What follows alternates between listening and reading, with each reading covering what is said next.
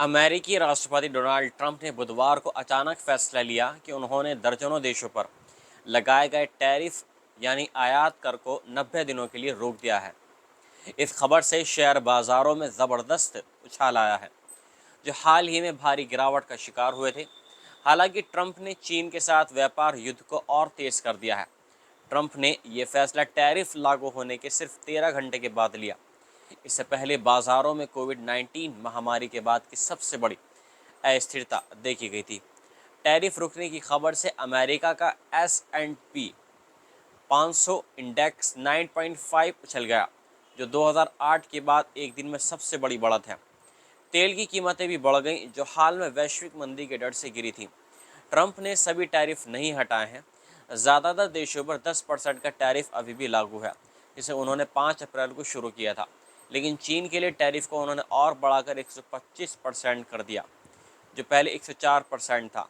ये फैसला तब आया जब चीन ने अमेरिकी सामान पर 84% टैरिफ लगाने का ऐलान किया।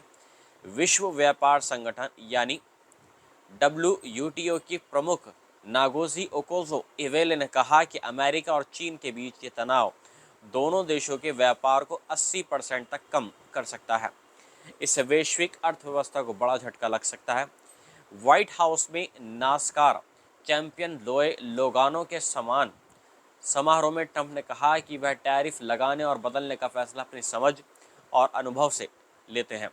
ट्रंप ने लगभग 60 देशों और यूरोपीय संघ पर लगाए गए अपने टैरिफ को 90 दिनों के लिए रोक दिया है। ये टैरिफ हर देश के अमेरिका के साथ व्यापारिक लाभ के आधार पर अलग अलग थे। अब इन देशों से आने वाले सामान पर सिर्फ 10% का एक समान टैरिफ लगेगा, लेकिन चीन को इस छूट में शामिल नहीं किया गया है। ट्रंप का ये कदम शेयर बाजारों के लिए राहत भरा है, लेकिन चीन के साथ बढ़ता तनाव चिंता का सबब बना हुआ है।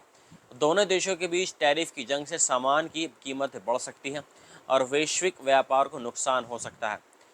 अब देखना है कि क्या ट्रंप और देशों के बीच बातचीत से कोई रास्ता निकलता है या ये व्यापार युद्ध और गहराएगा।